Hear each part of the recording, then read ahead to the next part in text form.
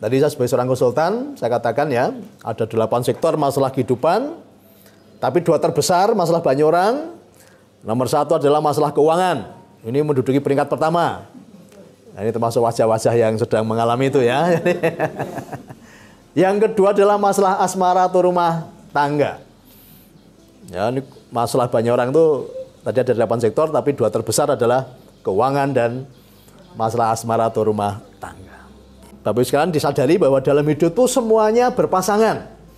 Tapi seringkali banyak orang itu selalu melihat sisi buruknya daripada sisi baiknya. Contoh ya, kita lihat. Tahun apa? Tahun 2023. Resesi, krisis, tahun gelap gitu kan. Tadi diingat loh, semua berpasangan loh. Kenapa nggak melihat sisi yang baiknya? Pasti ada sisi baiknya kok. Gitu loh. Tapi banyak orang cenderung melihat sisi negatifnya. Makanya saya sebagai bapaknya orang banyak, saya sebagai pemimpin, saya memberikan cara pandang yang berbeda. Maka masuk tahun 2023 saya umumkan adalah tahun panen raya dan tuaian besar-besaran terjadi. Kenapa saya mengajak anggota keluarga saya, keluarga besar BLN, itu untuk melihat sisi yang positif. Ya, yang lain melihat tahun resesi, ya. Saya mengajak anggota saya, keluarga besar saya, ini tahun resepsi. Bukan resesi kan itu. Sekarang kalau banyak orang mengatakan di masa pandemi, banyak orang apa jatuh miskin. Nah, saya mengajak anggota saya, jangan jatuh miskin. Ya, ayo naik menjadi kaya, gitu loh. Kan berpasangan tadi. Ingat-ingat ya, semua kejadian itu, apapun bentuknya, mau bencana alam, mau pandemi, mau yang tidak baik lah ya, apapun bentuknya, itu cara semesta untuk membuat keseimbangan.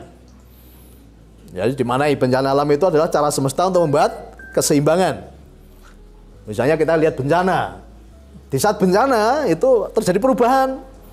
Ada orang kaya yang menjadi miskin, tapi sebaliknya ada orang miskin yang menjadi kaya. Krisis moneter 98, saya masih ingat itu. Ya, banyak orang kaya menjadi miskin. Tapi sebaliknya, banyak orang miskin yang menjadi kaya. Maka saya setelah ketemu habis masa krisis itu, banyak orang ngomong gini, oh iya, untung ada krisis moneter tahun 98. Kenapa? Kalau nggak ada krisis, dia selamanya jadi karyawan. Tapi kita ada krisis, dia di PHK, akhirnya apa? Dia jadi pengusaha. Nah, kuncinya apa? Tergantung tadi, menabur kebaikan. Dia memanai semua itu baik. Ya, tadi kuncinya adalah bagaimana kita menabur melalui pikiran tadi. Jadi hal yang buruk pun kalau kita berpikir positif, hasilnya pasti positif. Kita masuk yang kedua, masalah yang itu adalah proses. Kita sudah melakukan kebaikan, ya, kita sudah melakukan kebaikan, tetapi kok yang kita dapatkan sesuatu yang tidak baik. Ya, atau kita sering, banyak orang ngomong apa? Saya sering dizolimi Pak, gitu ya. Nah, sebetulnya nanti kita cek dulu, dizolimi benar apa? Karena taburan tadi kan itu ya. Oke, anggaplah ini sekarang kita masuk yang kedua. Kita tidak melakukan kesalahan, tetapi kok kita mengalami penderitaan. Nah, inilah yang disebut proses. Nah, proses itu begini ya. Proses itu namanya diproses. Itu kira-kira setelah selesai proses, itu jadi baik atau enggak? Jadi baik ya.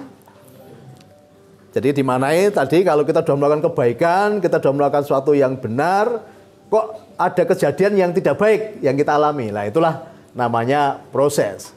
Proses itu pasti ya nanti endingnya adalah kebaikan. Ya, tak gambarkan gini, nah, proses itu ya. Ini saya punya batu permata. Ini dulu sebelum diproses, itu seperti batu biasa. Itu taruh di jalan tuh orang nggak akan melihat. Orang nggak akan tahu bahwa itu batu permata kan gitu. Terus campur kerikil ya kayak kerikil, kadang didak-dak wong ya, kena kotoran kan itu. Diinjek-injek orang kena kotoran. Tetapi ketika batu tadi diproses, ya prosesnya apa? Prosesnya dibakar.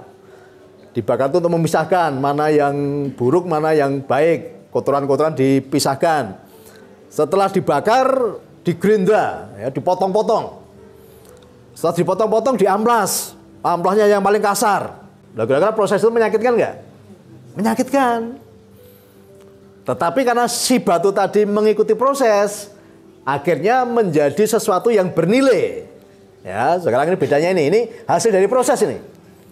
Ini hasil dari proses. Nah, ketika ini hasil dari proses, ya udah sekarang tempatnya pun berbeda. Tadi sebelum diproses tempatnya campur dengan batu yang lain, diinjek-injek, ya, kena kotoran. Setelah selesai diproses, tempatnya aja berbeda, ya. Tempatnya apa? Di jari manis. Jari aja milih yang manis, ya. Kemudian yang pakai juga apa? Yang pakai orang ganteng-ganteng, orang cantik-cantik gitu ya. Nah, karena apa? Melalui proses tadi. Jadi gini, kalau banyak pelajaran ini semua sih bicara spiritual ya, agama manapun itu sering orang mempercayai kutuk itu 7 turunan. Ya, ada kutuk 7 turunan. Oke gini, kutuk itu kalau mungkin di dunia modern itu gen yang menurun. Ya, jadi kita ini kan turunan gen dari orang tua kita. Lah, kita punya kuasa untuk membatalkan. Kalau kita tahu tadi, kutuk tadi, ya kita batalkan. Tuhan, hari ini aku bahagia dan mengucap syukur. Kutuk kemiskinan, kutuk sakit penyakit, kutuk penderitaan yang dialami oleh nenek moyangku, hari ini juga aku batalkan. Karena apa? Saya nggak mau izinkan sesuatu yang negatif masuk dalam pikiran saya. Coba saya izinkan, B, ngomong apa?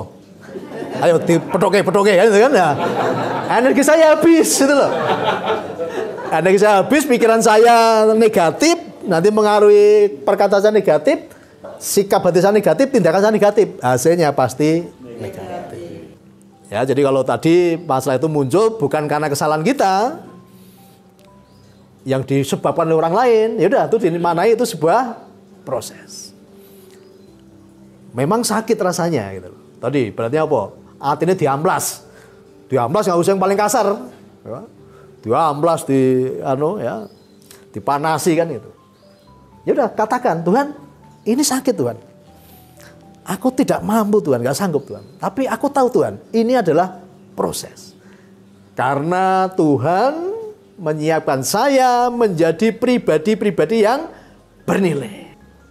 Ya, ketika dalam hatimu sudah diberikan kasih.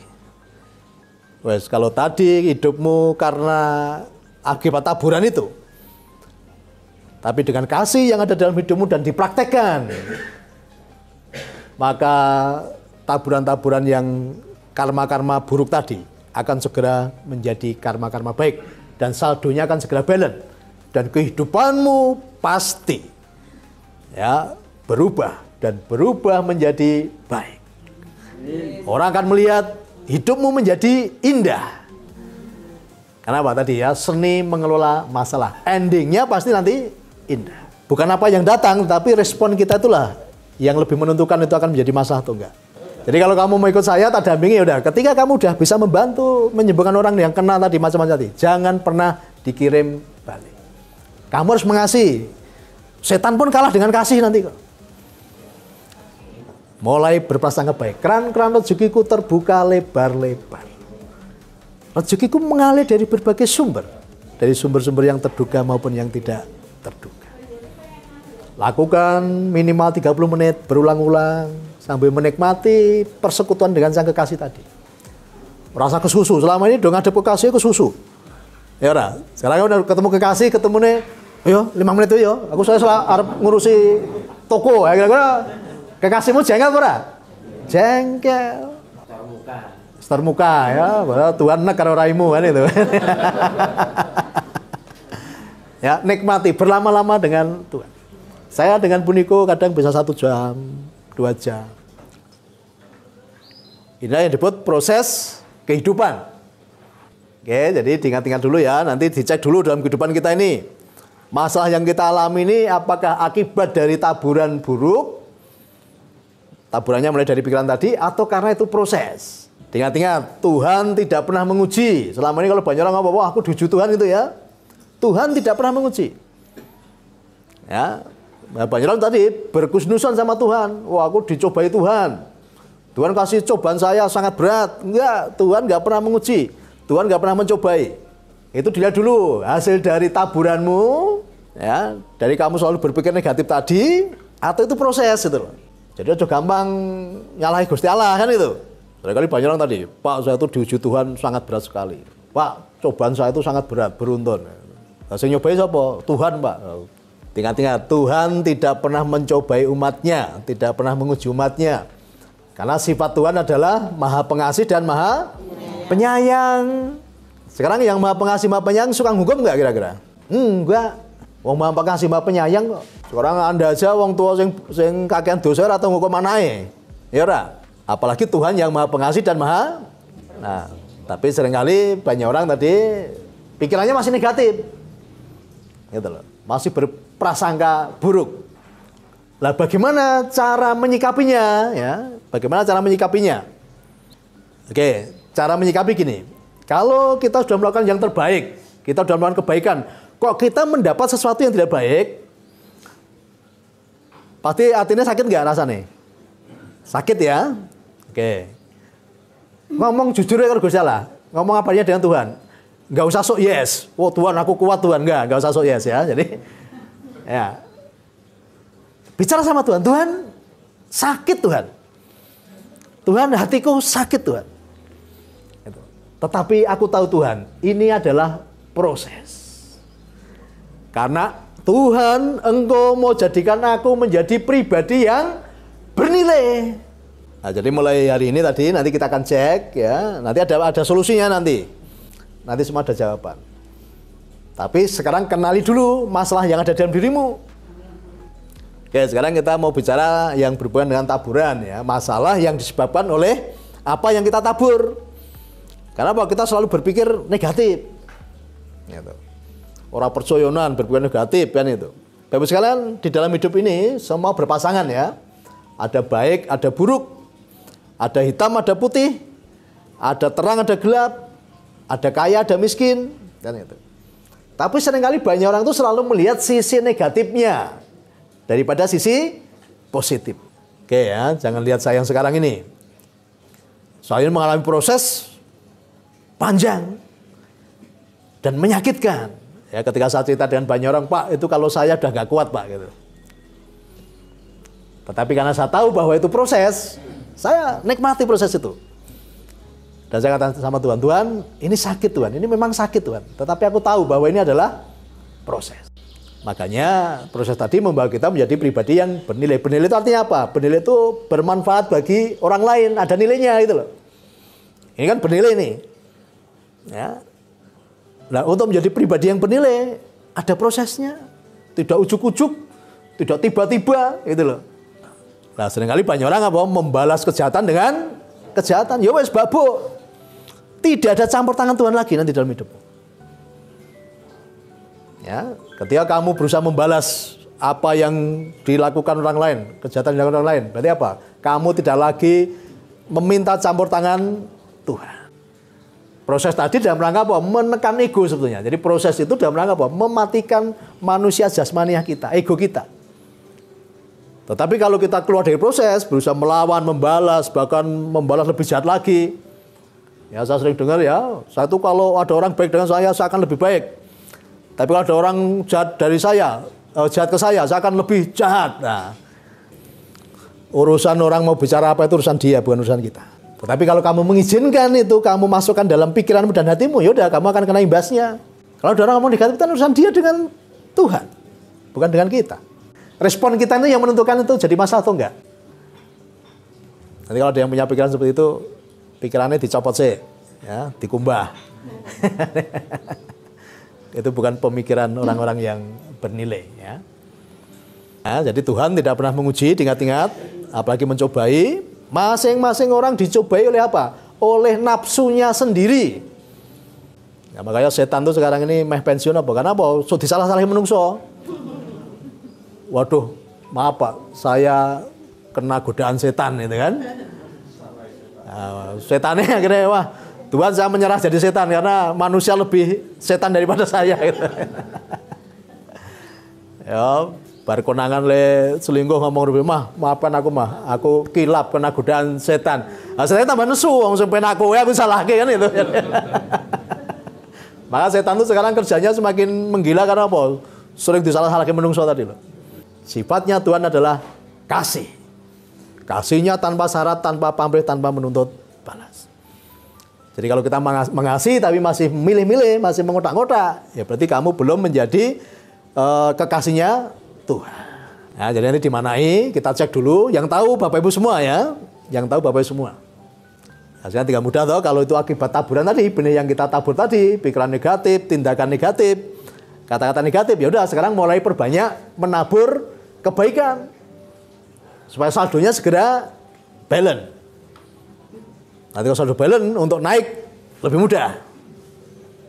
Tapi karena itu disebabkan karena bukan kesalahan kita, itu maknai sebagai proses. Semakin Anda menikmati proses itu, semakin cepat Anda akan diangkat Tuhan menjadi pribadi yang bernilai. Ya, bahkan ini saya mau cerita sedikit, Bu Niko seminggu yang lalu ya, puasa 3 hari 3 malam. Bukan untuk kami, tetapi kami mengasihi jiwa-jiwa yang datang ke sini, yang sedang tidak baik-baik saja. Bu Niko bayar harga dengan doa puasa 3 hari 3 malam. Karena juga melihat suaminya masuk kamar jam 3, jam 4 setiap hari. Kenapa? Mengasihi banyak jiwa yang sedang dalam kondisi tidak sedang baik-baik saja. Ya, sebaik-baik orang adalah orang yang bermanfaat bagi orang lain. Salam sejahtera, ya, sugih bareng, happy bareng. Dan pasti terjadi. Dengan cara yang cepat, mudah, sederhana, dan ajaib.